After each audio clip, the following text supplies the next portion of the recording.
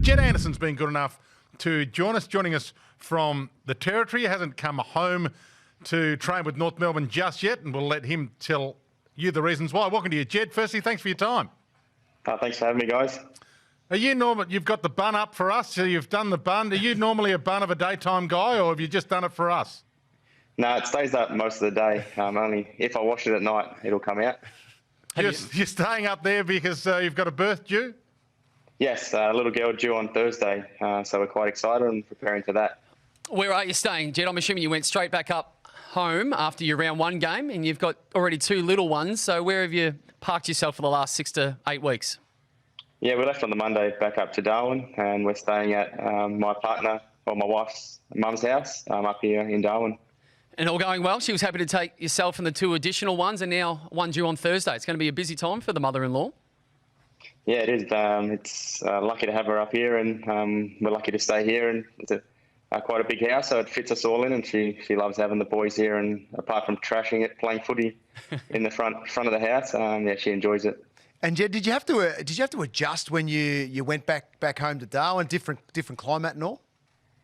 Yeah, I struggled first couple of weeks. It was very hot. It just coming to the end of the wet season, and the training was intense. But it took a couple of weeks just to sort of acclimatise and get used to it up here. What about now, though? Do you feel like you'll have a bit of an edge now, considering the type of conditions that you've been able to train in as an individual? I hope there's a little bit of an edge. It's a lot of heat up here, so hopefully I've done enough conditioning to get back in and train well when I'm back down in Melbourne. Has there anything specific that you've had to do while up there in regards to training? Did you go away with a training plan that was catered specifically to something that you needed, knowing that the conditions you're in might be a bit more difficult than some of your teammates? Yeah, I guess I was just set out what the fitness staff, as John Segal, set out, and I guess it might have been a little bit different to the other boys, but there's a training group of about 20 of us that were doing the same program, and it was sort of more aerobic running for the midfield, and then the last couple of weeks have been more sort of anaerobic, short and sharp skill work.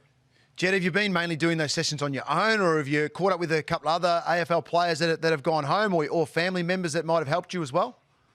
I've been doing it with an older brother, Joey. He's helped me out most sessions, and the other family members have come down for a kick as well. So I've had a few down here. You touch on Joey. He's a brother of yours, and you're one of 8 kids. All the kids' names start with the letter J, and Joey played 17 games for the Blues. So are they all back home? Are they all in Darwin area?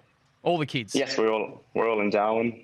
Have a few nieces and nephews running around, and it's good to be back seeing them this time of year. And what's their local club? If you were back home, what team does the family play for back home?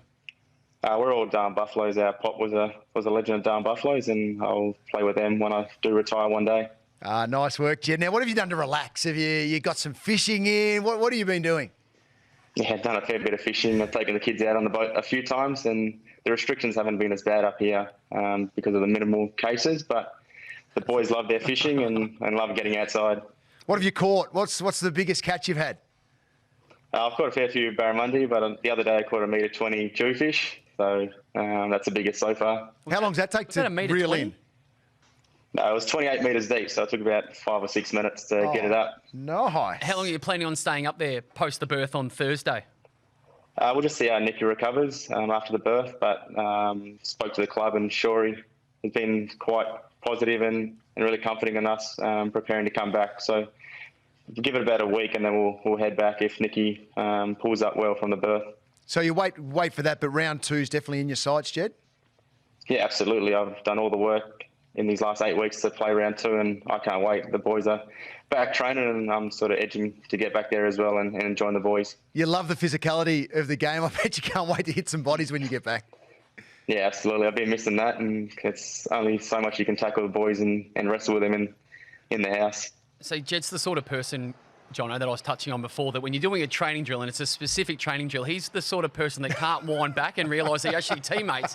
And you're just going through the motions of training to get ready for the weekend. Jed's the sort of bloke that'll cork you or step on your toe or clash knees with you and walk away going, that wasn't worth it today. We're just looking at a couple of your highlights, and the way you've been able to change your game, I guess, in the last 2 or 3 years and be such a pivotal player in that midfield and bring, I guess, a harder edge and probably allow someone like a Higgins and a few others to probably show why they're really good with ball in hand as well. Yeah, I found my role the last couple of years. I guess coming to my last year, a few years ago, I really put my mind to have a good pre-season and build myself into that midfield and bring that physicality and brutal contest work into my game. And it shows and unleashes the guys like Higo, Jai, even Taron when he's in there to do their thing. Jed, you're reaching your prime. You're 26 years of age. Is your future at North Melbourne? Is that where you see you finishing your footy up? Yeah, I hope so. I'm in my last year at the moment, and I'm hoping to come back and play some really good footy and hopefully secure another contract and be at North Melbourne next year, which would be good.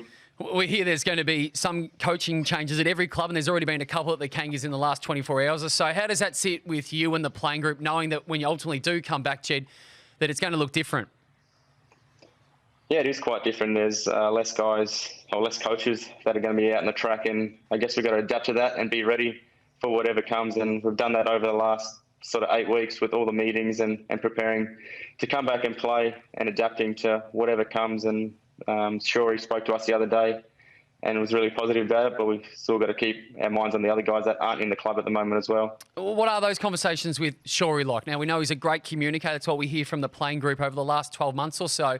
What is he like when you are so far away, you can't come back? What has his messaging been for the last couple of months? I just mainly look after my family and really don't stress about anything that's going forward. And that's the biggest thing when I spoke to him before coming to Darwin, is that look after your family and then we'll take care of the rest in the weeks to come. Sorry, Jed. We've heard a couple of coaches talking about this is a year of opportunity. Has he spoken to the group around that, especially with how you guys started in round one? Sorry, lost you there for a bit. No, that's okay. I was just saying that can you hear us now, Jed? Hello? Yep, got us. I think I've lost you. Yeah, he's dropped out, unfortunately. They're just going to talk about... Yeah, it was a great question. I knew where you're going with that. It was a good around one. the coaches and what Ask me the question, I'll answer it for you. But you're right. It is what they need to say, and that's why we're touching on Reece Shaw and the difficulty and maybe even the skill set that coaches need to have to be able to communicate that you probably can't wait until yesterday, and hopefully we've got Jed back, and Jono, you can fire that question at him again. But that ability for that coach to actually be in contact, and you think about the great communicators in the AFL at the moment. Damien Hardwick is renowned for that. So, Jed, fire away again. No, I was just saying. One more time, Jono. Yeah, here we go. We're out of time. It was one of your best questions you've ever done. He's had some good questions on this show before, Jed, but this was his finest and you missed it. Look out, Jed. This is going to really inspire you, mate. No, we're just talking about the coaches and your communication with Reece Shaw. Other coaches in the competition are using this year as a way to sort of, anything can happen. This is a chance to make the most of a really bizarre opportunity. Has Reece Shaw spoken about that in terms of you guys as a playing group, especially with the 4 points in the bank come round one?